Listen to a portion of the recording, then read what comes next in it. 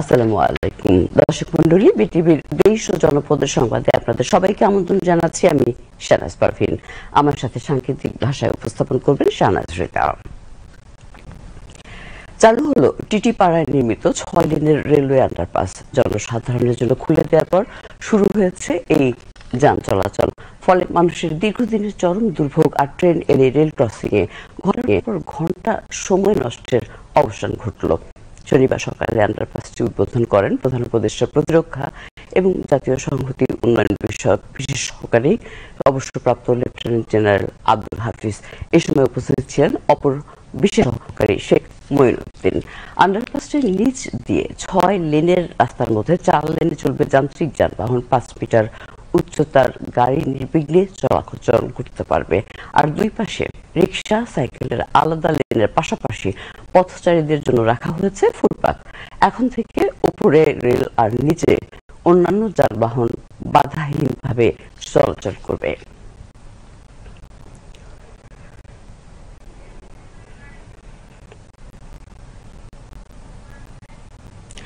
রাজনৈতিক দলগুলোর ইশতেহার প্রণয়নে জনগণের সরাসরি অংশগ্রহণ নিশ্চিত করা গেলে তা আরো বেশি জনবান্ধব হবে বলে মনে করে পরামর্শ সংস্থা ট্রেস কনসাল্টিং। এ লক্ষ্যে জনতার ইশতেহার নামে একটি ওয়েবসাইট ও মোবাইল অ্যাপ চালু করেছে প্রযুক্তি ভিত্তিক এই প্রতিষ্ঠানটি।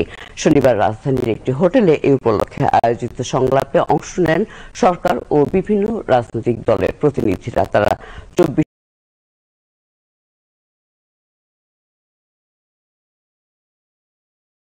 গণহত্যার বিচার, আগামী আসন্ন নির্বাচন ও রাষ্ট্র সংস্কার সহ বিভিন্ন বিষয়ে মতামত ব্যক্ত করেন। দেখুন বিস্তারিত মেসবা শিমুলার রিপোর্টে। অনুষ্ঠানে অংশ নিয়ে প্রধান উপদেষ্টার প্রেস সচিব শফিকুল আলম বলেন, মানুষ সুশাসন চায়, যদিও তা একদিনে সম্ভব নয়। এ সময় গণহত্যার বিচার এবং ফেব্রুয়ারিতে নির্বাচন অনুষ্ঠানে সরকারের সিদ্ধান্তের কথা পুনর্ব্যক্ত করেন তিনি। দ্বিমত তো থাকবে, আপনি একটা কথা বলবেন, আরেকজন একটা কথা বলবে, তারপরে এর দ্বিমতের ভিত্তিতে আমরা একটা কনসেনসাসে যে তারপরে একটা ডিসিশন হবে। তো এখন যদি পলিটিক্যাল পার্টিগুলো ডিসিশন না নিতে পারে, সেক্ষেত্রে ইন্টারিম গভর্নমেন্টের উপর যেই অর্পিত দায়িত্ব, সেই দায়িত্ব অনুসারে তারা তাদের একটা ডিসিশন নিবে। তো এটা খুব দ্রুতই হবে, এমন না যে অনেকদিন ধরে পরে যে এইটা হবে। আরেকটা হচ্ছে যে যাতে করে ইলেকশন রিলেটেড কোনো ধরনের কোনো অনিশ্চয়তা যাতে না থাকে। বিএনপির স্থায়ী কমিটির সদস্য আমির খসরু মাহমুদ চৌধুরী বলেন, 24-এর আন্দোলন কোনো একক দলের নয় যে তারা যখন যা চাইবে তাই পেয়ে যাবে। এ সময় নির্বাচনের মধ্য দিয়ে গণতান্ত্রিক পরিবেশ নিশ্চিতের উপরে জোর দেন তিনি। আমরা মনে করি আমাকে গণতান্ত্রিক অর্ডারে গিয়ে এটা পরিবর্তন করতে হবে। ঢাকায় বসে আমরা কতগুলো রাজনৈতিক দল বসে এই সিদ্ধান্ত নেওয়ার দায়িত্ব কেউ দেয় না। এখানে আপনাকে গণতন্ত্রের প্রতি আপনার সম্মান থেকে থাকতে হবে। দেশের মানুষের মালিকানার কথা বলে আসছি, আমরা মালিক হয়ে যাচ্ছি। আমরা মনে করি এইগুলো রাইট ডিসিশন। যে এখানে ঐক্যমত হবে না, আপনি জনগণের কাছে যান। এখানে টেবিলের মধ্যে ঝগড়াঝাটি করে লাভ হবে না, কারণ প্রত্যেকটি রাজনৈতিক দলের নিজস্ব ভাবনা, চিন্তা, রূপরেখা আছে। এটা বুঝতে হবে। আপনার রূপরেখা আমার রূপরেখা হবে না। ডোন্ট ফোর্স, এই ফোর্সের টেন্ডেন্সি থেকে বেরিয়ে আসতে হবে। জোর করে, জোর জবরদস্তি করে এইটা ভালো সেটা ভালো না, এইটা ভালো সেটা ভালো না, বাংলাদেশের মানুষ সিদ্ধান্ত নেবে। আর জামায়াতের সহকারী secretary general HM Hamidur Rahman Azad বলেন, গণহত্যার বিচার ও রাষ্ট্র সংস্কারে পিছিয়ে থাকলে তা পরবর্তীতে দেশে বিপদ ডেকে আনতে পারে। জুলাই যোদ্ধাদের যে আত্মহত্যা বা আত্মত্যাগ, তার প্রতি সম্মান, শ্রদ্ধা, মর্যাদার স্বীকৃতি, সব মিলে অভিপ্রায়, সবচাইতে বড় অভিপ্রায় হচ্ছে আগামীর বাংলাদেশ কেমন হবে। একটি সুন্দর বাংলাদেশ আমরা চাই, নতুন বাংলাদেশ চাই। আমরা পিছনে দিকে রেখে আসে যে ইতিহাস, সেটার পুনরাবৃত্তি দেখতে চাই না। সুন্দর আগামীর পথে যদি চলতে হয়, তাহলে অবশ্যই আমাদেরকে সংস্কারের মধ্য দিয়ে এগোতে হবে। দীর্ঘ 9 মাস ধরে কিন্তু সরকার এই চেষ্টাটা করেছে। প্রায় একই রকম বক্তব্য রাখেন ডাকসু ভিপি সাদিক কায়েম। আমাদের গণহত্যার বিচার করা, এর ফেসিবাদী রাষ্ট্র কাঠামোকে ভেঙে চুরমার করে দেওয়া, নতুন রাজনীতি সংস্কৃতি বিনির্মাণ করা এবং একটি ফ্রি ফেয়ার ক্রেডিবল ইলেকশন ব্যবস্থা করা। এগুলো যদি না করে আমরা যদি শুধুমাত্র নির্বাচন এবং নির্বাচনকে প্রায়োরিটি দিই, আলটিমেটলি আমরা আবার সেই ফেসিবাদের দিকে যাচ্ছি।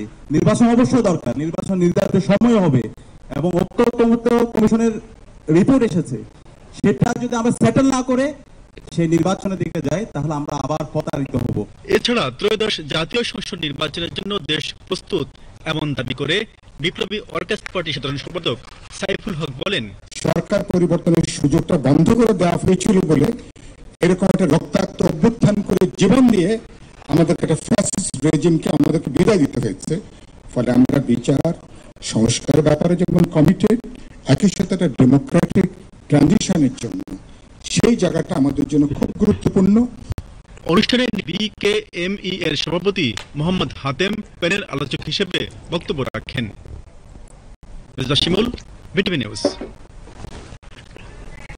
রাজধানী সহ সারা দেশে বেড়ে চলেছে এডিস মশাবাহিত রোগ ডেঙ্গুর প্রকোপ। চলতি বছর এই পর্যন্ত আক্রান্তের সংখ্যা ৭৬,৫১৪ জন, আর মৃত্যু হয়েছে ৩০৭ জনের।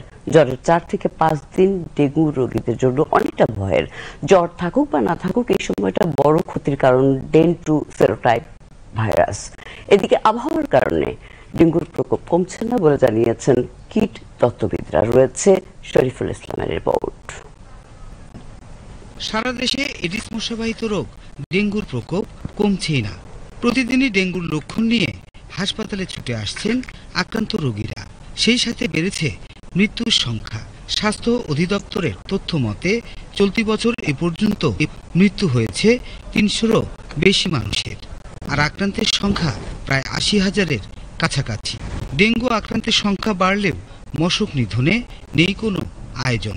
জাহাঙ্গীরনগর বিশ্ববিদ্যালয়ের প্রাণীবিদ্যা ও কীটতত্ত্ব বিভাগ জানিয়েছে, শুধু অক্টোবর নয়, চলতি বছরের ডিসেম্বর পর্যন্ত থাকবে ডেঙ্গুর ভয়াবহতা। অক্টোবর মাস জুড়েই ডেঙ্গুর প্রকোপ থাকবে। শুধুমাত্র অক্টোবর নয়, নভেম্বর এবং ডিসেম্বরেও এবছর বাংলাদেশে প্রচুর মানুষ ডেঙ্গুতে আক্রান্ত হওয়ার একটি ঝুঁকি আছে। শুধুমাত্র ঢাকায় নয়, বাংলাদেশের প্রায় প্রতিটি জেলা শহর উপজেলা শহরেই এখন এডিস মশার ঘনত্ব আছে, যারা ডেঙ্গু ছড়ানোর জন্য অত্যন্ত উপযোগী মাত্রায় আছে। চিকিৎসকরা বলছেন, মশক নিধনে কার্যকর উদ্যোগ না থাকায় বাড়ছে ডেঙ্গু জ্বরে আক্রান্ত ও মৃত্যুর সংখ্যা। এবছর ডেঙ্গুর মোট 4টি ধরনের মধ্যে ডেন2 সেরোটাইপ ধরন বেশি লক্ষ্য করা যাচ্ছে। সময় মতো চিকিৎসকের পরামর্শ না নেওয়ায় বাড়ছে প্রাণহানির সংখ্যা। তাই ডেঙ্গুর উপসর্গ যেমন জ্বর, সর্দি, কাশি, শরীর ব্যথা সহ বিভিন্ন উপসর্গ দেখা দিলেই অবহেলা না করে চিকিৎসকের পরামর্শ গ্রহণের তাগিদ বিশেষজ্ঞদের। জ্বর হলে যেটা করতে হবে, পেশেন্টকে 1 দিন বা 2 দিনের মধ্যে নিকটবর্তী কোনো একটা হসপিটালে যেতে হবে, কোনো একজন ডক্টরের পরামর্শ নিতে হবে। তারা দেখে আইডেন্টিফাই করবেন যে এটা কোন দিকে আগাচ্ছে, এটা কি ফ্লু নাকি চিকুনগুনিয়া না ডেঙ্গু। সেই অনুযায়ী তারা প্রথমে ইনিশিয়াল ইনভেস্টিগেশন করবেন 3 দিনের মধ্যে। ওয়ার্নিং সাইন, বমি, পাতলা পায়না বা তীব্র কাশি, পেটে ব্যথা, সেগুলো থাকলেও ডাক্তারের কাছে যাবেন, ওনারা দেখবেন, দেখে সাজেশনটা দিন। সিটি কর্পোরেশনের পক্ষ থেকে মশক নিধনে রাজধানীতে যে ধোঁয়া স্প্রে করা হয় তা যথেষ্ট নয় উল্লেখ করে বিশেষজ্ঞরা বলছেন, মশক নিধনে প্রয়োজন সমন্বিত উদ্যোগ গ্রহণ ও ব্যক্তিগত সচেতনতা বৃদ্ধি। Shariful Islam, BTV news, Dhaka. আজ জাতীয় প্রতিষেধক ও সামাজিক চিকিৎসা প্রতিষ্ঠান নিপসমের 51তম প্রতিষ্ঠাবার্ষিকী। এ উপলক্ষে আজ রাজধানীর মহাখালী ক্যাম্পাসে দিনব্যাপী বিশেষ অনুষ্ঠানের আয়োজন করা হয়। অনুষ্ঠানে স্বাস্থ্য ও পরিবার কল্যাণ উপদেষ্টা নূরজাহান বেগম বলেছেন, জলবায়ু পরিবর্তন, অ্যান্টিবায়োটিক প্রতিরোধ, সংক্রামক বা অসংক্রামক রোগের ক্রমবর্ধমান ঝুঁকির মতো নতুন পরিস্থিতি মোকাবেলায় নিপসমের গুরুত্বপূর্ণ অবদান রয়েছে। নিপসমের প্রতিষ্ঠাবার্ষিকীর উদ্বোধনী অনুষ্ঠানে প্রধান অতিথির বক্তব্যে তিনি এসব কথা বলেন। জাতীয় প্রতিষেধক ও সামাজিক চিকিৎসা প্রতিষ্ঠান নিপসমের পরিচালক অধ্যাপক ডক্টর মোহাম্মদ জিয়াউল ইসলামের সভাপতিত্বে অনুষ্ঠানে স্বাস্থ্য অধিদপ্তরের মহাপরিচালক অধ্যাপক ডক্টর মোহাম্মদ আবু জাফর, স্বাস্থ্য শিক্ষা অধিদপ্তরের মহাপরিচালক অধ্যাপক ডক্টর নাজমুল হোসেন সহ লিপসামের সকল অনুষদবৃন্দ, শিক্ষার্থী, কর্মকর্তা ও কর্মচারীগণ উপস্থিত ছিলেন। পরে অনুষ্ঠানে এক মোরক্কো সাংস্কৃতিক অনুষ্ঠানের আয়োজন করা হয়। এই সময় উপদেষ্টা আরো বলেন, ডেঙ্গু প্রতিরোধে সরকারের পাশাপাশি বেসরকারি সংস্থা ও সমাজের সচেতন ব্যক্তিদের এগিয়ে আসতে হবে এবং সেটা বাস্তবে আমরা করব। যদি করতে না চায় সেখানে বাধ্য করার চেষ্টাটাও আমাদের করতে হবে। ডেঙ্গু পরীক্ষাটা ফ্রি করে দেওয়া হয়েছে। এখানে আমাদের প্রত্যেকেরই সচেতন হওয়ার দরকার, যাতে আমরা আমাদের জায়গা থেকে কোথাও যেখান থেকে মশাটা হচ্ছে সেটা যাতে জন্মাতে না পারে। এখন যেটা বলা হচ্ছে, ডেঙ্গুর যে মশা ক্যারেক্টারটা চেঞ্জ করে হয়ে গেছে, অ্যান্টিবায়োটিক যেমন রেজিস্ট হয়ে গেছে, ওই ডেঙ্গু এরকম হয়ে গেছে। কাজে কানাডার একটা গ্রুপ এটা পরীক্ষা করছে। ঢাকা বিশ্ববিদ্যালয়ের ইসলামের ইতিহাস ও সংস্কৃতি বিভাগের ৭৫ বছর পূর্তি উপলক্ষে গ্র্যান্ড রিইউনিয়ন উদযাপিত হচ্ছে। দিনব্যাপী এই আয়োজনের সূচনা হয় দেয়ালিকা ও ফলক উন্মোচন এবং র্যালির মাধ্যমে। এরপর ঢাকা বিশ্ববিদ্যালয়ের ছাত্র শিক্ষক কেন্দ্র টিএসসিতে বর্তমান ও প্রাক্তন শিক্ষার্থীরা বিশ্ববিদ্যালয় জীবনের স্মৃতিচারণ করেন। অনুষ্ঠানে প্রধান অতিথি হিসেবে যোগ দেন প্রধান বিচারপতি ডক্টর সৈয়দ রেফাত আহমেদ। বিস্তারিত কাজী শামীম ইসলাম মেধা রিপোর্টে। ঢাকা বিশ্ববিদ্যালয়ের ইসলামের ইতিহাস ও সংস্কৃতি বিভাগের ৭৫ বছর পূর্তি উপলক্ষে গ্র্যান্ড রিইউনিয়ন উদযাপিত হয়েছে। দিনব্যাপী এই আয়োজনের সূচনা হয় দেয়ালিকা ও ফলক উন্মোচন এবং র্যালির মাধ্যমে। এরপর ঢাকা বিশ্ববিদ্যালয়ের ছাত্র শিক্ষক কেন্দ্র টিএসসিতে একত্রিত হয় বর্তমান ও প্রাক্তন শিক্ষার্থীরা। এ সময় বিভিন্ন পদে প্রতিষ্ঠিত প্রাক্তন শিক্ষার্থীরা তাদের বিশ্ববিদ্যালয় জীবনের স্মৃতিচারণ করেন। 83-4 ব্যাচে 91-এ পাশ করে যায়। দীর্ঘ ৭৫ বছর পূর্তি হচ্ছে, এই জন্য এখানে আসা। আমি যদি একজন ক্যান্সারের পেশেন্ট, তারপরে আমি সবকিছু উপেক্ষা করে এখানে চলে আসছি। অনেক ভালো ভালো টিচার, শামসুল হক স্যার থেকে শুরু করে অসংখ্য ছাত্র আমরা যারা পেয়েছি তা বলার অপেক্ষা রাখে না। আজকের এই ৭৫ বছর উপলক্ষে দীর্ঘদিন পর, প্রায় ১২ বছর পর আমার বন্ধুদের সাথে দেখা হয়েছে, এই জন্য আমি খুব খুব খুব খুশি। গ্র্যান্ড রিইউনিয়নের প্রধান অতিথি ছিলেন বাংলাদেশের প্রধান বিচারপতি ডক্টর সৈয়দ রেফাত আহমেদ। প্রধান বিচারপতির মা জাতীয় অধ্যাপক সুফিয়া আহমেদ ছিলেন এই বিভাগের সাবেক অধ্যাপক। মায়ের স্মৃতিচারণ করেন প্রধান বিচারপতি।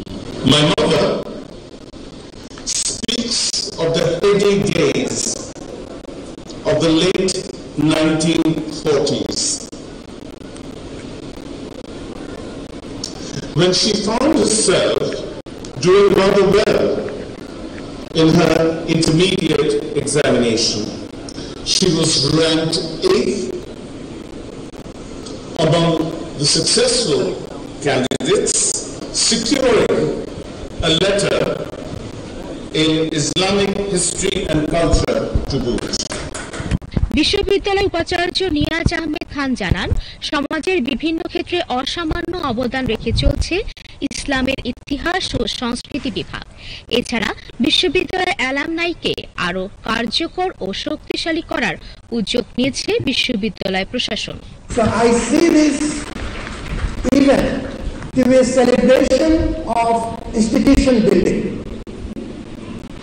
আপনি শুধু ইসলামিক ইতিহাসের সংস্কৃতি বিভাগের কথা বলছি, আপনি শুধুমাত্র প্রতিষ্ঠান হিসেবে টিকে আছেন তাই না, আপনি সমাজে অবদান রাখছেন।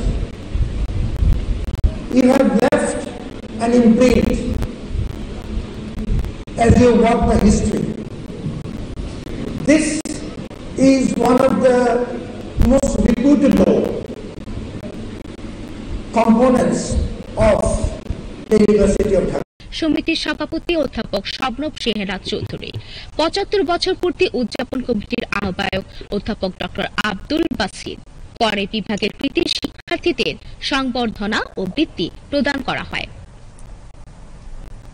কাজী শামীম ইসলাম মেধা, বিটিভি নিউজ, ঢাকা। উত্তরবঙ্গের মানুষের দীর্ঘদিনের স্বপ্ন নগরবাড়ি নদীবন্দর আধুনিক টার্মিনাল কমপ্লেক্সের উদ্বোধন করলেন নৌ পরিবহন উপদেষ্টা ব্রিগেডিয়ার জেনারেল অবসরপ্রাপ্ত এম শাখাওয়াত হোসেন। তিনি আজ পাবনার বেড়ায় দেশের সবচেয়ে বড় এই অভ্যন্তরীণ বন্দরের আধুনিক টার্মিনাল কমপ্লেক্সের উদ্বোধন করেন। উপদেষ্টা বলেন, এই বন্দরটি চালু হলে পণ্য পরিবহন গতিশীল হবে, সরকারের রাজস্ব বাড়ার পাশাপাশি সুযোগ তৈরি হবে হাজারো মানুষের কর্মসংস্থানের। অনুষ্ঠানে সভাপতিত্ব করেন বিআইডব্লিউটি এর চেয়ারম্যান কমোডর আরিফ আহমেদ মোস্তফা। অনুষ্ঠানে বক্তারা বলেন, দেশের উত্তরবঙ্গের 16 জেলার ব্যবসার প্রাণকেন্দ্র এই বন্দরটি। তারা আরো বলেন, এই বন্দরটি নির্মাণের ফলে পণ্য পরিবহন আরো সহজ, দ্রুত ও নিরাপদ হবে, যা নদীভিত্তিক বাণিজ্যকে নতুনভাবে গতিশীল করবে। নগরবাড়ির ঐতিহ্যবাহী এই ঘাটে দেশের বিভিন্ন এলাকা হতে নৌপথে মূলত সার, সিমেন্ট, পাথর, বালি, কয়লা, খাদ্যদ্রব্যাদি এবং অন্যান্য বাল্ক সামগ্রী জাতীয় মালামাল ওঠানামা করে সড়ক পথে উত্তরাঞ্চলের বিভিন্ন এলাকায় পরিবাহিত হয়ে থাকে। উত্তরবঙ্গের সাথে নৌ পরিবহন ব্যবস্থার উন্নয়নে নগরবাড়ি এলাকায় উন্নত ও আধুনিক বন্দর কাঠামো সুবিধাদি নির্মাণের লক্ষ্যে 2018 সালে শুরু হয় এর নির্মাণ কাজ। 557 কোটি টাকা ব্যয়ে 36 একর জমির উপর নির্মাণ করা হয় আধুনিক সকল সুবিধা সম্বলিত এই বন্দরটি।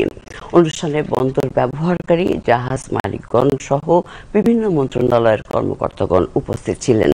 পরে নৌ পরিবহন উপদেষ্টা আরিচায় 4টি কাটার সেকশন ট্রেজারের উদ্বোধন করেন। এ সময় সংশ্লিষ্ট কর্মকর্তাগণ উপস্থিত ছিলেন। প্রতিদিনের বাজার, যাতায়াত কিংবা লেনদেন টাকার ব্যবহার ছাড়া এক মুহূর্ত চলে না, কিন্তু সেই টাকাই যদি হয় ছেঁড়া, পোড়া কিংবা ভাঁজ পড়া, তখনই শুরু হয় বিব্রতকর মুহূর্ত। ক্রেতা বিক্রেতা কেউ নিতেও চান না, আবার ফেরতও দিতে চান না, অথচ এই সামান্য কাগজের টুকরোই অর্থনীতির প্রাণ।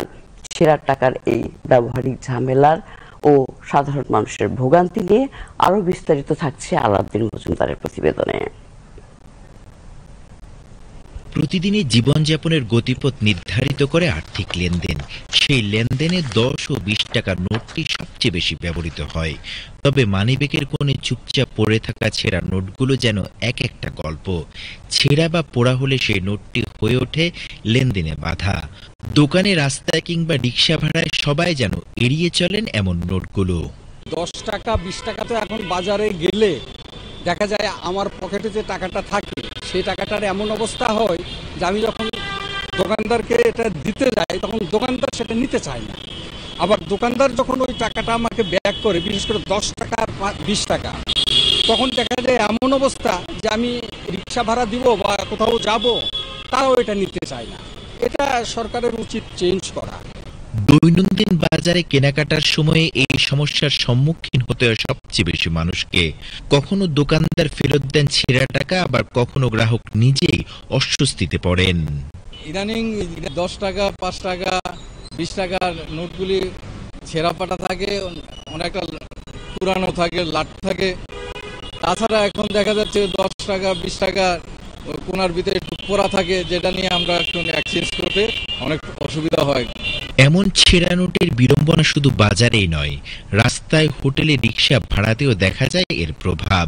রিক্সাওয়ালা বা ক্ষুদ্র ব্যবসায়ীরা বলছেন, এই টাকা নিলে পরে আর খুচরা লেনদেনে ব্যবহার করা যায় না। ব্যবহার খারাপ করতে ছিঁড়া টাকা দেয় মানুষে। এখন আমরা যদি ছিঁড়া টাকা মানুষকে দেই, তারা নেয় না, আর আমাদেরকে দিয়ে চলে যায়। মামা আর আমাদের কাছে ভাঙতি নেয়, এটা নেন। আর আমরা যদি মানুষকে দেই তা মানুষ নেয় না, তা আমাদের খুব কষ্ট হয়। আমরা এখন কি করব? ব্যাংকগুলো ছেঁড়া টাকা বদলানোর দায়িত্বে থাকলেও বাস্তবে অনেক শাখায় পর্যাপ্ত ব্যবস্থা নেই। তাই গ্রাহকরা প্রায়ই ফিরে যান হতাশ হয়ে।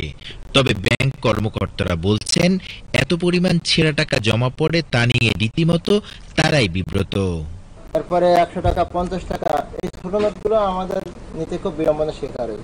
কারণ কাস্টমার যখন আসে, গ্রাহক জমা দিতে আমরা না করতে পারি না, ব্যাংক হিসাবে আমরা নিতে বাধ্য হই। ভাবে এগুলো কি করবে? এই যে আমার ভোল্টের ভিতরে জমে আছে, পুরো টাকা জমে গেছে, এগুলো নিয়ে আমি বিড়ম্বনার ভিতরে আছি, কি করবো এগুলো? বাংলাদেশ ব্যাংক বলছে, জনগণের এই ভোগান্তি কমাতে প্রতিদিন ব্যাংক শাখায় ছেঁড়া টাকা বদলের নির্দেশ দেওয়া হয়েছে। এছাড়া এই ছেঁড়া টাকার ভোগান্তি কমাতে হাতে টাকা লেনদেনের ব্যবহার কমানোর বিষয়টিও মানুষের মাঝে উৎসাহিত করতে চান তারা।